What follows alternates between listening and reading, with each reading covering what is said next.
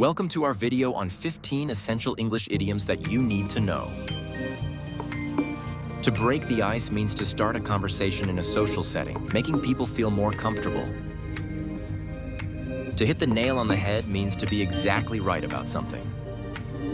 A piece of cake refers to something that is very easy to do. To spill the beans means to reveal a secret. Feeling under the weather means feeling ill or sick. To bite the bullet means to endure a painful experience.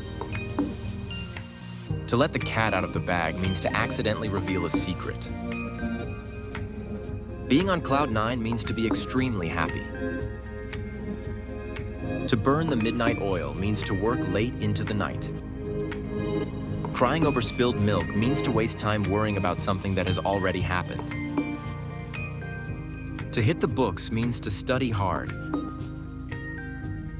Break a leg is a way to wish someone good luck, especially before a performance. To cost an arm and a leg means to be very expensive. The ball is in your court means it is up to you to make the next move or decision. To keep your fingers crossed means to hope for good luck or a positive outcome. Thanks for watching. Don't forget to like and subscribe for more content.